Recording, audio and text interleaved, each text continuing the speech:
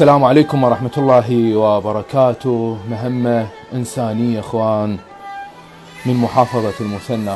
اخوان اكو عالم تخسر ملايين وتبيع العدها والما عدها وتسافر كل الدول في سبيل تحصل لها على طفل او طفلة، بينما تجد اخرين بلا ضمير، بلا شرف، بلا مبادئ، بلا اخلاق يشمرون هذه النعمة.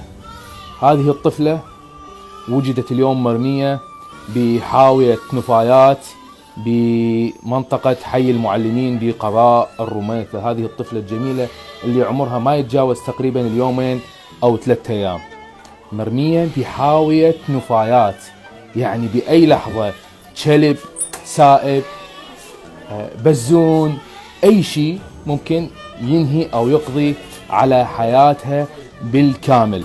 فإخواني يعني ما أعرف شنو أقول حقيقة، شنو النفسية، شلون مطاج قلبك. هسه أنت بعت شرفك وارتكبتي هذا الخطأ، بس شلون مطاج قلبك ترميها بحاوية نفايات؟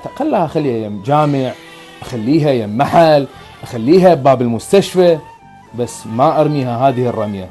فإخواني حاليا هذه الطفلة موجودة بمستشفى الرميثة. لمن يريد أن يتبنى هذه الطفلة مراجعة مجلس القضاء وبالتحديد محكمة التحقيق بقضاء الرميثة لمعرفة التفاصيل وآلية تبني الأطفال. يعني الموضوع تبني ما يعود للمستشفى، لابد أنه يتبعها إجراءات قضائية ومن ثم يتم تبني هذه الطفلة الجميلة. شوف حالاتها، والله حرامات هذه النعمة شمروها بالقاع وغيركم يتحسر عليها، لكن شو تسوي؟ ما شرف ماكو، ولو اكو شرف ما وصلت هذه الطفلة الى حاوية النفايات. نسأل من الله ان يستر ويحمي الجميع، وانه يعجل بتبني هذه الطفلة، ولو انه الجميع ما قصر حاليا. يعني منشور واحد نزل صورة لها، الجميع يتصل في سبيل انه تبنيها. والاخوة هنا ايضا ما مقصرين، الكادر بمستشفى الرميثة جاي يجيبوا لها حليب وحفاظات، جزاهم الله خير الجزاء.